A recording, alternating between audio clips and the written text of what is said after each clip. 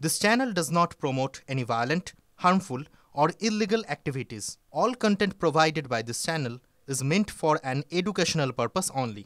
Top quality और consistent performance के लिए सिर्फ सिल्वर पंप नाम याद रखना। এবার দেখুন ফুরফুরা শরীফের দিকে কিন্তু নজর রাখতেই হচ্ছে। সেখানে সমীকরণটা ঠিক কি? ফুরফুরা শরীফ সেখানে কি এই ঠাকুরনগর মডেল তেমন কোনো মডেল তৈরি করতে চাইছে তৃণমূল সরকার? তাহা সিদ্দিকীর বিরুদ্ধে তৃণমূলের তুরুপের তাস কাসেম সিদ্দিকী। এক সময়ের মমতা বিরোধী কাসেমই এখন মমতার মঞ্চে। ফুরফুরা শরীফে মুখ্যমন্ত্রী দেওয়ার ইফতারে হাজির ছিলেন কাসেম, হাজির ছিলেন পাক সার্কাসের ইফতারেও। যে এক সময় নবান্নের সবাইকে চোর বলেছিল সেই এখন মমতার কাছের লোক। আক্রমণ শানিয়েছেন খোদ তাহা সিদ্দিকী। বড় রাজনৈতিক ষড়যন্ত্র চলছে। মতুয়াদের মতো বিভাজন ফুরফুরায় হতে দেব না, হুঁশিয়ারি দিলেন তাহা সিদ্দিকী। নাম না করে পাল্টা তাহাকেও আক্রমণ করলেন কাসেম। পীর সাহেবের ঘরে জন্ম নিয়েছে, হ্যাঁ, সে জন্ম নেওয়ার পরে যে ববি হাকিমকে কাপের করতো, সেই ববি হাকিমের পায়ের তলায় এসে যে বসলো, এটাই তো আমার দেখে আমাদের ভালো লাগলো। আমার কাছে এত লোক বসে আছে, সব আমার কাছের লোক, সে আমার শত্রু হতে পারে তো? যে মানুষটা বলেছিল কাসেম সিদ্দিকী ওই নবান্ন যত আছে সব চোর চোর চোর চোর হাঁপিয়ে যাচ্ছে, আজকে সে চোরগুলো তার কাছে ভালো হয়ে গেল কিসের জন্য আমি জানি না। আমায় বলেছিল মুখে দাদা হুজুর আর অন্তরে দিদু হুজুর, তার পাশে বসে আছে, আমার আনন্দ লাগছে, আরো আমার কষ্ট খুব আনন্দ লাগছে। ও ঢুকে মানে মুখ্যমন্ত্রীকে বলছে আপনারা ইফতার পার্টি করে আমাকে ডাকতে পারেন না। এই যে যেচে আর মানে ডেকে ভালোবাসা আর এসে ভালোবাসা, একজনকে ডেকে নিয়ে বুকে তোলা আর একজন দৌড়ে এসে আমার বুকে উঠবে, দুটো তফাৎ আছে। আমি বুঝতে পারছি বড় চক্রান্ত চলছে রাজনীতির নেতাদের এই ফুরফুরা শরীফকে নিয়ে একটা মানে বড় মা মতুয়াদের মতো করার। ও হতে দেবো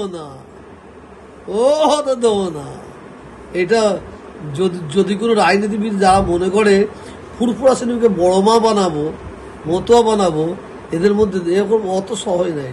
আমরা সব নীতির উপর চলি, আছে থাকবো। তিনি বলে গেছেন, কাসেম ভাই তুমি আমার খুব কাছের এবং তোমাদের পুরো পরিবারকে আমি ভালোবাসি। ফুরফুরা শরীফের দোয়া আমার মাথায় আছে বলে আল্লাহ পাক আমাকে এত দূরে পৌঁছেছে। ফুরফুরা শরীফের কোনো সমস্যা নেই, সমস্যা একটা ব্যক্তি ছিল যিনি বেশি চিল্লাচ্ছেন, মানে উনি সবসময় কালো চশমা পরে থাকে তো ঠিক দেখতে পাই না। যে ফুরফুরা শরীফের ড্যামেজ সে তো সবসময় চেষ্টা করবে আমি সেই জায়গায় যাই, তো সেখানে কে পাত্তা দেয়নি কে পাত্তা দিয়েছে সেটা আপনারাই জানেন, আমি কি বলবো। রাজনীতির বিভাজনে যখন এই ফুরফুরা শরীফ বিভাজিত কিনা এই প্রশ্ন উঠছে, তখন মতুয়াদের অন্যতম সংঘাধিপতি কেন্দ্রীয় মন্ত্রী শান্তনু ঠাকুর তিনি দাবি করলেন যে ধর্মীয় স্থানে রাজনীতি না থাকলে উন্নতি হবে না।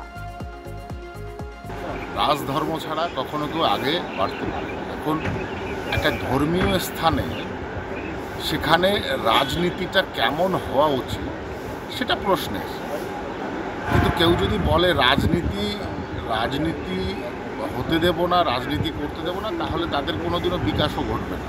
প্রচার ঠাকুর বলে গেছে আর সেই নীতিকে সামনে রেখে আমরা রাজনীতি করি।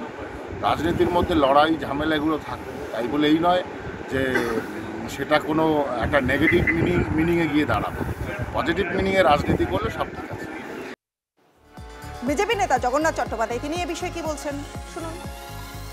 তবে ফুরফুরায় গিয়ে ওনার মেজাজ ফুরফুরে থাকবে না এটুকু বলতে পারি, এবং এই রাজনীতি যা বলছেন সেই রাজনীতি পশ্চিমবঙ্গের আসল সেটিং, সেই সেটিংকে প্রকাশ্যে আনছে।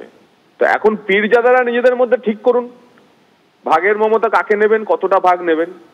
কিন্তু মমতা বন্দ্যোপাধ্যায় এখন পীরজাদাদের মাঝে খণ্ড বিখণ্ড বিভাজিত হয়ে গেছেন। তার এবার কি পরিস্থিতি হয় আপনারা দেখতে থাকুন।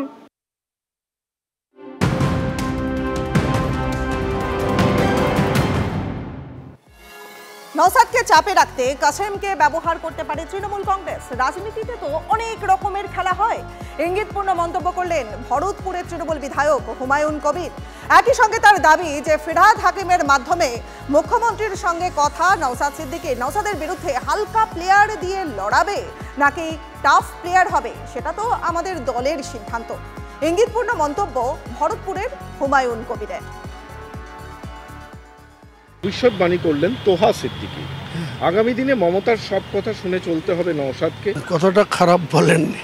তোহা সাহেব যে অ্যাজামশনটা করেছেন বা ওনার যেটা উপলব্ধি হয়েছেন, নওশাদ সিদ্দিকী তার 4 দিন আগে 5 দিন আগে 1 সপ্তাহ আগে নবান্নে গেলেন, তিনার সাথে অনেকক্ষণ কথা বলে আসলেন। এর আগেও আমরা লক্ষ্য করেছি যে বিধানসভার ভিতরে নিজে ববিদার মাধ্যমে সিএম ডেকে ওকে কথা বলেছে। রাজনীতিটা তো অনেক রকম খেলা হয় না, সেই খেলার মধ্যে নওশাদের লক্ষ্য সে তাকে যাতে উইদাউট ডিস্টার্বে ভাঙড় থেকে পুনরায় জিতে আসা, তার সেটা লক্ষ্য থাকাটা স্বাভাবিক। সেখানে জিতে আছে, আর তাকে কোনো হালকা প্লেয়ার দিয়ে লড়াবে না খুব টাফ লড়াইয়ের মধ্যে তাকে ফেলবে, সেটা তো আমাদের দলের সুপ্রিমোর সিদ্ধান্ত।